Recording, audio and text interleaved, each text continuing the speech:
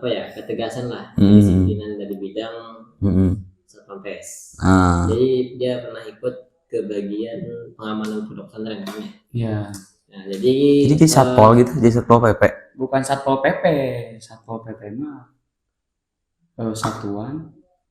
Ya itu pokoknya. kurang baca. Aduh, benar baca rendah. Di sini tuh bukan sebagai tamu ya, pas kedua gitu kan. Biar dia nggak sendiri, biar dia ada temannya. Jadi saya mau minta pendapatnya Kang Hakim ini. Gimana tuh? Tentang ketegasan seperti apa yang harus kita laksanakan di kelasnya agar mereka tuh bisa lebih nurut, friendly, dan tidak ada kayak selek di antara satu dan juga best sebagai ketua best yang solusi ya. Iya. Karena akhir-akhir ini emang gitu sih, pasti sebuah kepemimpinan tuh ada aja selek-seleknya. Nah, Anda punya solusi nggak? Iya, Anda kan sudah menjabat sekitar 7 bulan ya. Apa? 7 bulan menjadi best? Iya. Kira-kira ya sekitar 7 bulan. Dari situ Anda memiliki tadi solusi. Kalau untuk permasalahan ini emang sudah dibincangkan dari sebelum-sebelumnya. Emang kan cerminan dari angkatan-angkatan sebelumnya tentang best itu pasti ada perselisihan antara best dan anak didiknya atau santrinya. Itu emang sudah tidak bisa dipisahkan karena di saat kita menjabat menjadi suatu jabatan, kalau enggak jadi kita menduduki jabatan. Ya, bukan seorang pejabat. Kenapa sih kamu tuh bilang pejabat itu sebagai hal yang negatif itu? Bukan hal yang negatif, tapi rata-rata seorang pejabat yang sudah menduduki pangkatnya lupa dengan semua janji manisnya. Soalnya abang di sini jadi pejabat di sini, abang nggak ada gaji. Ya, jadi saya nggak melupakan janji manis. Saya niat menjabat dan ikhlas, saya diamanahkan karena sudah diberi kepercayaan. Mungkin ada sebagian orang-orang yang tidak menerima saya menjadi ketua, mungkin saja, nggak ada yang tahu kan ya. Tapi kan karena ini sebuah amanah dan sudah menjadi apa namanya tuh? Bukan. Intinya mah sudah si pengurus itu sudah memberikan kita kepercayaan kepada kita. Kita harus menjalankannya dengan sebaik mungkin. Jangan sampai mengecewakan. Iya. Nah, saya ingin dari yang terdahulu itu, emang hal yang kayak gini tuh nggak bisa dihindari. Mau nggak mau pasti ada. Pasti ada hal yang kayak gini tuh. Karena ketika kita menduduki sebuah jabatan, kita akan merasa si paling. Ngerti lah ya, kayak di saat kita melakukan suatu hal pasti ada yang komen. Di saat kita melakukan kebaikan pasti ada yang komen. Entah itu karena iri atau apapun ya. Karena itu kita sudah menduduki sebuah jabatan. Tapi beda lagi. Kayak gini, ketika kita main bola, di antara penonton sama pemain yang lebih dipandang itu yang mana? Pemain. Penonton cuma bisa berisik. Weh itu tuh kanan weh bolanya itu. Nah, gitu kan ya. Nah, ini sama halnya ketika kita menduduki jabatan. Mereka tidak tahu masalah apa saja yang kita lalui, masalah apa saja yang kita hadapi. Tapi mereka dengan seenak jidatnya gitu membicarakan masalah itu tuh seolah-olah tidak ada bebannya. Ya sokta. Iya, jadi ini tuh memang sudah tidak bisa dihindari. Jadi untuk saya solusinya itu membentuk sistem kekeluargaan. Yang dimana sistem kekeluargaan itu harus tetap tegas dengan rasa hormat. Jadi meningkatkan kepercayaan. Ya. Sistem kekeluargaan. Berarti pamannya ketua MK. Ya nggak gitu. Jadi sistem kekeluargaan itu kita saling menyayangi. Nggak ada namanya kayak si paling tua, si paling sepuh. Kalau misalkan kita nggak pakai sistem kekeluargaan, saya paling ini dong di sini paling berkuasa gitu, karena udah 9 tahun. Tapi kalau gitu resikonya nggak dihormati nggak sih? Jadi ya itu sebuah resiko. Resiko juga harus dipikirkan saat kita membuat rencana. Resikonya memang mungkin orang lain lebih tidak disiplin karena merasa sudah paling dekat, ya kan? Tapi setelah kita pikir-pikir lagi, kita menggunakan sistem kekeluargaan dengan ketegasan yang lebih tegas lagi itu. Maksudnya itu kita menegaskan bahwa kekeluargaan bukan berarti tidak hormat. Iya benar. Kekeluargaan ada batasan. Iya. kekeluargaan itu seperti mendidik seperti ayah, menasihati seperti ibu. Iya. Seperti itu. Dan juga karena nggak semua orang itu, nggak semua anak itu mendapatkan peran bapak dan ibu secara sempurna. Jadi kita buat seolah-olah yang kita buat ini seolah sosoknya tuh menyempurnakan gitu. Jadi betul sekali diambil dari situ juga. Jadi dari sini kita kan berkumpul itu dari berbagai macam daerah, berbagai macam situasi keluarga. Mungkin mohon maaf aja ada yang keluarganya tuh tidak lengkap, mungkin dari ayahnya atau ibunya yang tidak ada atau tidak punya adik gitu. Sehingga tidak punya adik. Ya, maksudnya ini loh, bungsu. Jadi mereka tidak merasakan mengurus. Iya, tidak merasakan peran sebagai kakak atau ketika dikasih tanggung jawab harapan keluarga. Iya, jadi kita di sini membentuk bahwasannya kita semua ini adalah keluarga. Kok Anda gitu sih? Emang Anda punya adik nggak? Anda punya adik nggak? Punya. Oh, punya.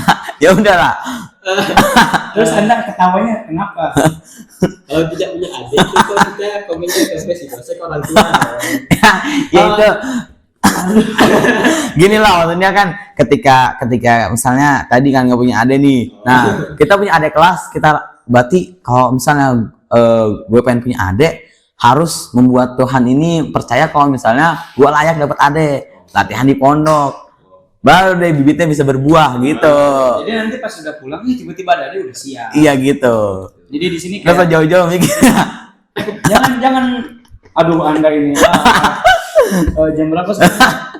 Aduh, malam.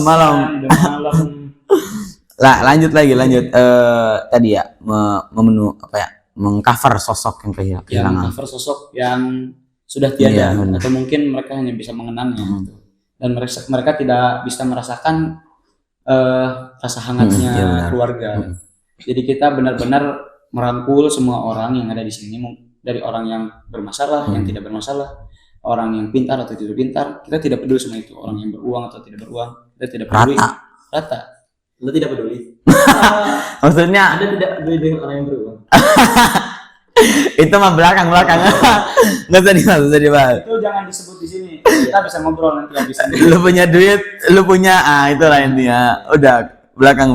Ya, jadi kita benar-benar sama rata. Tapi sama rata itu bukan berarti kita tidak boleh tidak hormat.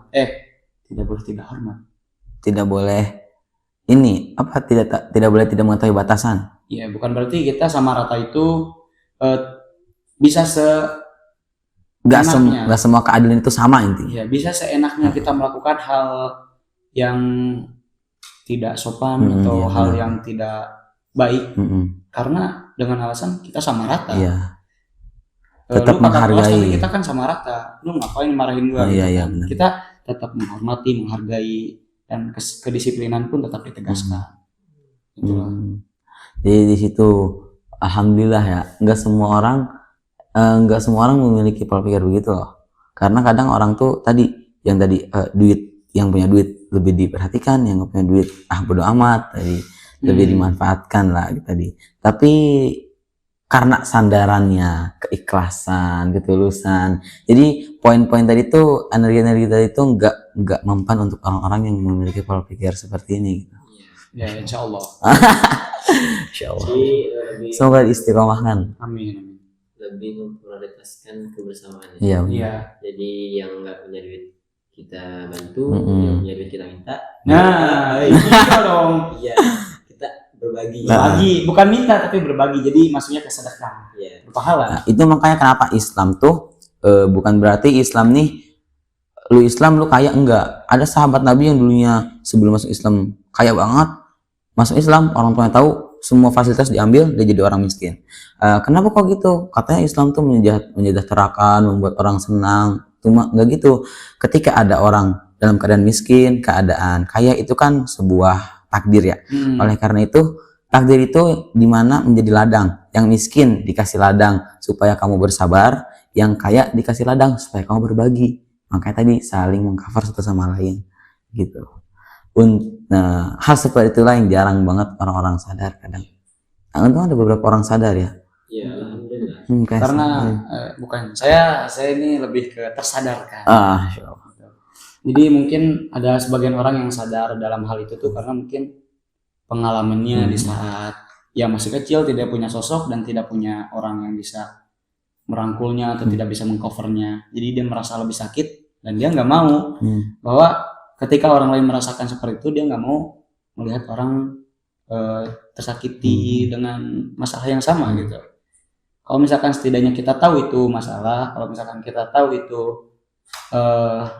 bakal jadi sakit gitu, kita kan sudah pernah mengalami, jadi kita bisa menghentikannya atau mengobatinya. Bukan mengobati, mencegah ya, mencegah.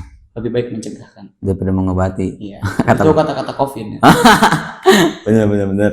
Itulah dia pola pikir ya seorang sosok yang kita jadi seorang hakim. Seorang hakim.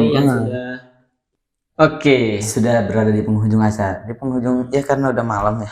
Ya, kita harus berburu Lailatul Qadar. Iya, benar sekali. Meskipun datangnya di akhir, tapi nggak ada yang tahu kan datangnya kapan aja. Lanjut ke sesi terakhir yaitu sepatah dua kata. Sepatah dua patah kata. Iya. Untuk beberapa penonton, siapa tahu ada keluarga, ada orang tua yang nontonnya, teman dekat, bintang tamu kita calon masa depan. Masih jauh. Bintang tamu kita yang biasa ini akan memberikan dua kata terakhir penutupan ya. Bukan untuk meninggal, santai. Jangan terlalu bersemangat. Ya.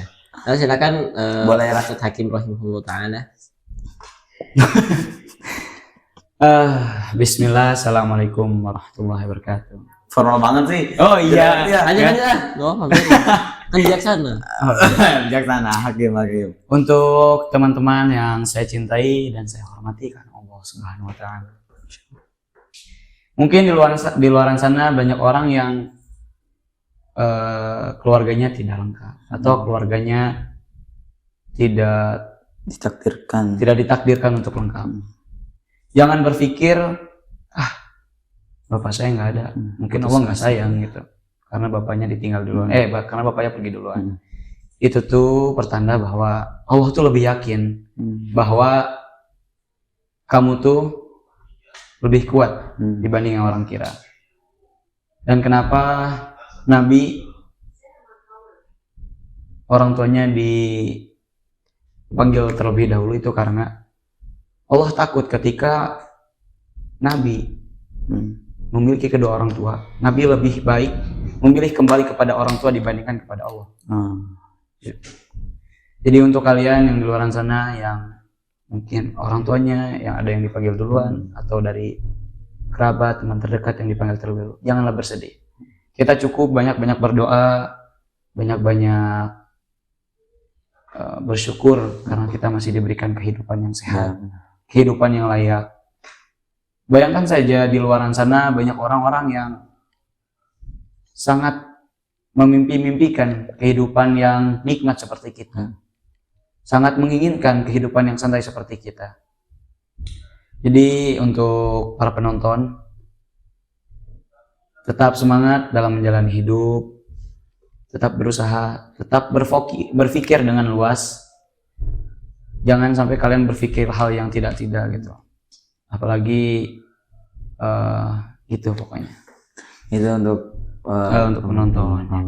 Untuk khususnya untuk kedua orang tua saya, Pak Skippy, Pak, Ayah, Abi, Ibu, Mama. Baru 3. Emang banyak apa gimana ini? Papi, Mami. Yang terutama dulu. Pertama-tama untuk ibu kandung saya. Ibu, terima kasih banyak karena telah memberikan kehidupan kepada saya yang layak, telah mendidik saya dengan sebaik-baik mungkin, dan telah memberikan banyak hal, banyak pengetahuan atau kekuatan yang sangat kuat sehingga saya bisa sehat walafiat, bisa memiliki pemikiran yang luas dan bisa memiliki fisik yang kuat. Itu karena ibu. Dan ibu itu bagaikan bidadari tak bersayap, itu nyata. Iya emang. Meskipun ketika ada waktunya ibu saya single parent gitu, dia tetap kuat menahan semua beban, menahan semua rintangan.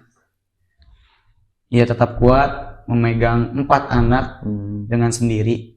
Dan saya sangat berterima kasih, saya sangat bersyukur masih bisa merasakan rasa hangatnya pelukan dari orang tua.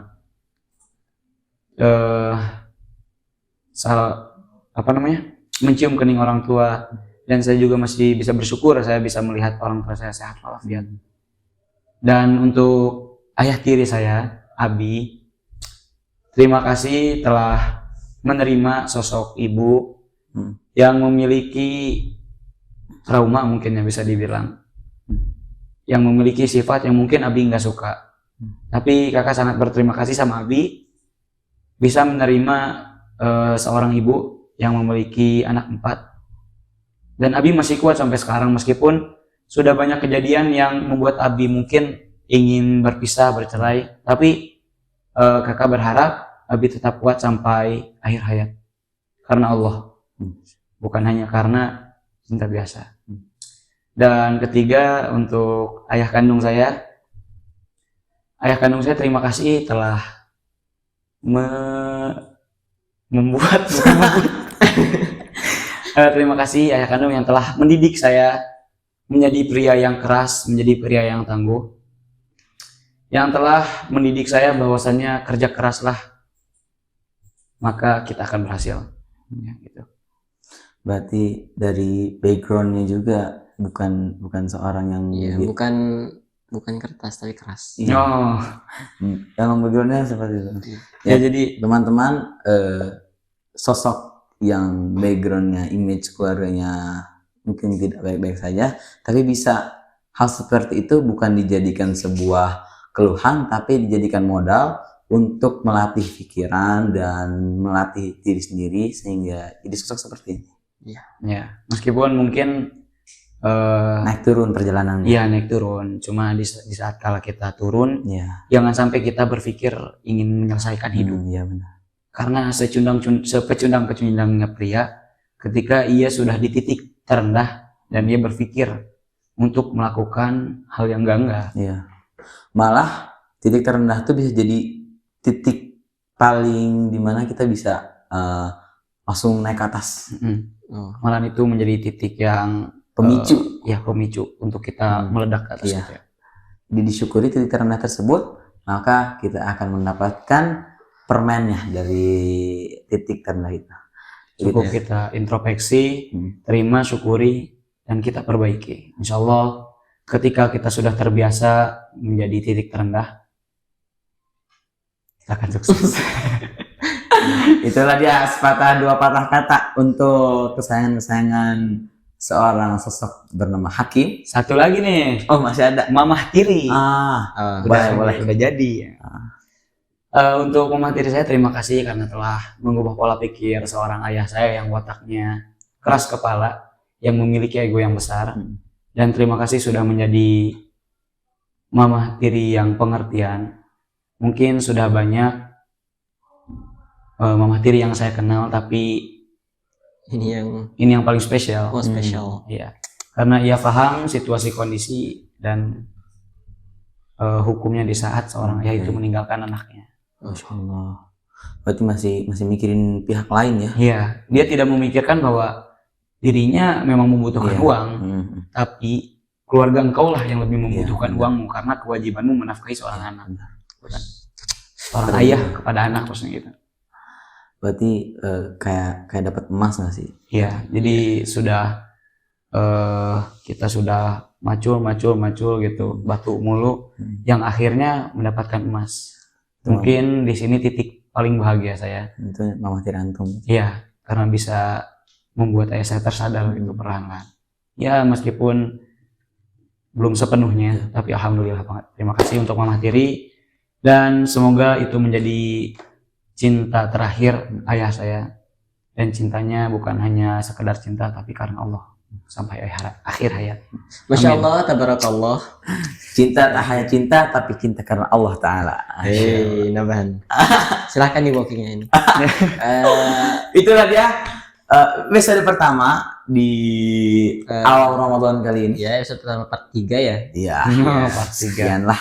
Ya, ini kami dari Retrika Santri. Ya. Dimana santri tak hanya bisa ngaji tapi juga bisa memberikan sebuah inspirasi Asik. untuk dunia di luar sana yang sedang Berimigrasi. Imigrasi. cari si akhirnya siapa? Itulah. Oke. Ya. Karena udah malam. Ya, jangan bosan-bosan nonton channel YouTube kami. Like, comment, and subscribe. Dan lain-lain. Emang kita bukan tipe yang gitu sih. Bukan suka gitu nggak suka. Oke. Assalamualaikum warahmatullahi wabarakatuh. Ya, aku lihat. 1, 2, 3.